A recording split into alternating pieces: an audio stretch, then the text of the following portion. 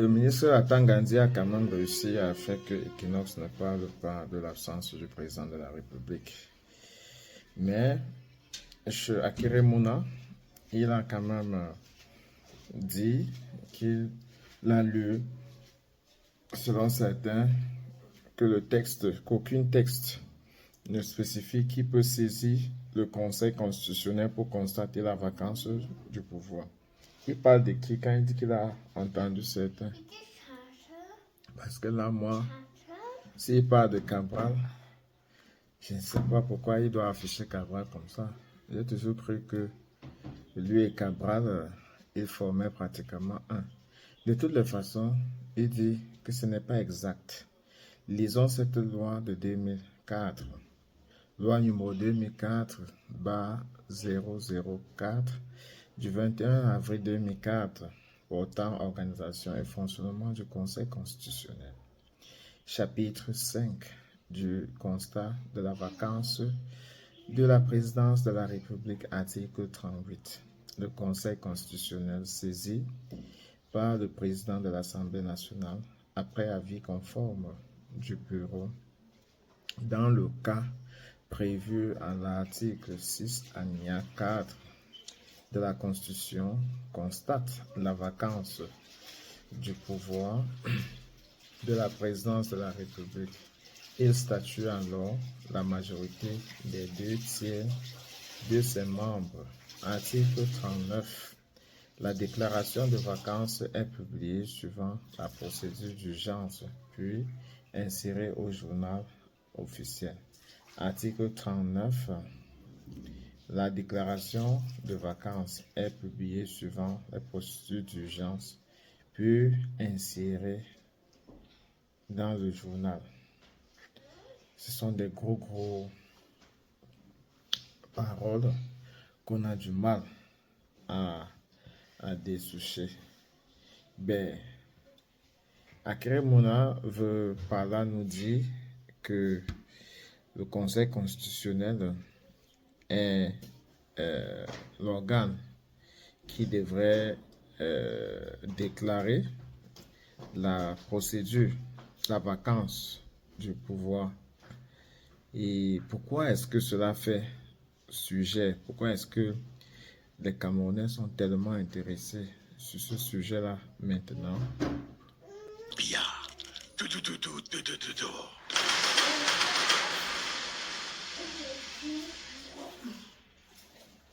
Aïe, aïe, aïe, aïe, aïe, aïe. Waouh, c'est éclectique. Donc, c'est ce qui se passe au Cameroun actuellement. On ne peut plus parler de la santé du président Paul Biya. C'est inacceptable, c'est insoluble. Certainement, ce sera des gens en train de purger des temps en prison pour avoir osé défier l'ordre nouveau. Ce sera une loi au Cameroun. On ne parle plus du substantiel, en tout cas pas la santé du président de la République, Paul Biya, qui est là depuis très longtemps, mais bon, on doit devoir se taire parce que c'est comme ça. Il faut respecter la loi, il faut respecter Monsieur le Président qui fait un travail énorme. C'est comme ça. Le gouvernement camerounais a interdit aux médias de discuter de la santé du président Paul Biya, le deuxième dirigeant le plus ancien d'Afrique. C'est bien ça. C'est juste après Théodore Obiang, Monsieur Biya, 41 ans de pouvoir à la présidence. Obiang a fait 45 ans. Monsieur Obiang a 82 ans, pendant que Monsieur Biya en a 91. Donc 91. En effet, on se pose la question de savoir est-ce la liberté d'expression qui est en train d'être pliée et broyée. On se pose la question de savoir la liberté d'expression. Vous savez, dans beaucoup de pays d'Afrique, il n'y a pas de liberté d'expression. Vous ne pouvez pas... En fait, ce sont des royaumes. Beaucoup de pays en Afrique sont simplement des royaumes. En réalité, c'est une mentalité qui n'a pas beaucoup changé. Si vous essayez d'exploiter scientifiquement, c'est très simple. Les Africains sont habitués au royaume. On est habitué au roi. Les Africains, pour la grande majorité, sont naturellement royalistes. Ce sont des gens qui célèbrent un grand. C'est dans leurs habitudes. Chez les Caucasiens, on peut célébrer un grand en disant « Bonjour, comment allez-vous? Ravi de vous voir. J'aime bien ce que vous êtes. » Chez les Africains, c'est « Oh, chef !» Voilà. Voilà pourquoi vous verrez généralement, il y a certains pays présidents qui viennent au pouvoir avec de très bonnes intentions initialement. Ils veulent vraiment changer les choses. Ils veulent créer les routes, les écoles, les hôpitaux, accorder de la possibilité à la jeunesse et tout le bazar. Mais à partir du moment qu'ils sont au pouvoir et qu'il y a des subalternes qui sont là, qui sont naturellement royalistes, idolâteurs du chef, ce sont ceux-là qui inculquent ou qui insèrent des idées offusques, néfastes, obscures dans la pensée du maître ou du chef. Donc le président voulait être sincère, simple, correct et cohérent. Mais il y a des conseillers qui disent « Oh non, chef, tu vois, ces gens-là, ils sont toujours comme ça. Écoutez, il faut pas les écouter. Il faut pas leur accorder du temps. Chef, tu vois ces gens, il faut les battre, il faut les mettre en prison. » Oui, c'est ça. Chef, vous voyez, nous vivons derrière vous. Écoutez, ici en Afrique, c'est comme ça. Le pouvoir, ça ne se donne pas. Même si le chef voulait être sérieux, cohérent et logique. Ah oui, il y a des gens ici, on connaît des rapports de certains pays africains où le président, initialement, quand il commençait, quand il fait un voyage, il doit y avoir un rapport financier, par exemple, un rapport qui énumère ce qui a été dépensé, ce qui a été mis en œuvre, l'argent qui a été émis, qui est sorti des banques, de l'État, des poches de l'État, des box de l'État. Et si on te donne, par exemple, $1 million pour faire un voyage en tant que président et ton équipe, et que tu dépenses, par exemple, $200,000 pendant ton séjour à l'étranger, tu rembourses les 80 ou les 80%, c'est-à-dire les $800,000 restants dans les caisses de l'État. Et certains présidents au départ le faisaient. Quand ils faisaient leur petit voyage ici, on lui a donné $20 millions pour faire son déplacement. Il n'a dépensé que $1 million. À son retour, il rend les 19 millions. Quelques temps plus tard, plus jamais. Il n'y a plus de rapport. On lui donne 20 millions, tous les 20 millions disparaissent. Ou on lui donne 20 millions pour faire un voyage, il en demande encore de plus pendant qu'il est là-bas. Qu'est-ce qui s'est passé, vous pensez ? Vous pensez que le président a changé? Non, il n'a pas changé. Ce sont des conseillers autour de lui qui lui disent, non, mais président, comment vous pouvez, on te donne quelque chose, c'est à vous, c'est votre droit. L'argent vous a été attribué pour utiliser. Maintenant, si vous n'utilisez pas, ce n'est pas à eux de récupérer ça. C'est ça le problème des Africains, en général. Monsieur Biya qui est là au pouvoir, moi je suis certain que ce n'est pas de son propre gré qu'il veut rester au pouvoir. Pas à 91 ans, je ne pense pas. C'est dur de le dire, ok? C'est dur de le dire. Monsieur le Président est le second le plus ancien en Afrique. Voilà ce qu'on dit. Le chef de l'État est la principale institution de la République. Et les discussions sur sa condition de santé sont des questions de sécurité nationale, indique le document qui a été adressé aux gouverneurs régionaux, daté du 9 octobre, signé par le ministre de l'administration territoriale, Paul Atanga Nji. C'est lui qui dit qu'il ne faut pas parler du président de la République. Je suis certain que ce n'est pas le président lui-même qui a dit il ne faut pas parler de moi. C'est lui qui dit. Bon, écoutez, pourquoi il le fait? Est-ce qu'il le fait parce qu'il aime le président plus que tout le monde, ou en tout cas plus que la grande majorité? Ça pourrait être une possibilité ou pas. C'est-à-dire, ça pourrait aussi être quelque part ailleurs. Monsieur Nji qui veut se faire remarquer.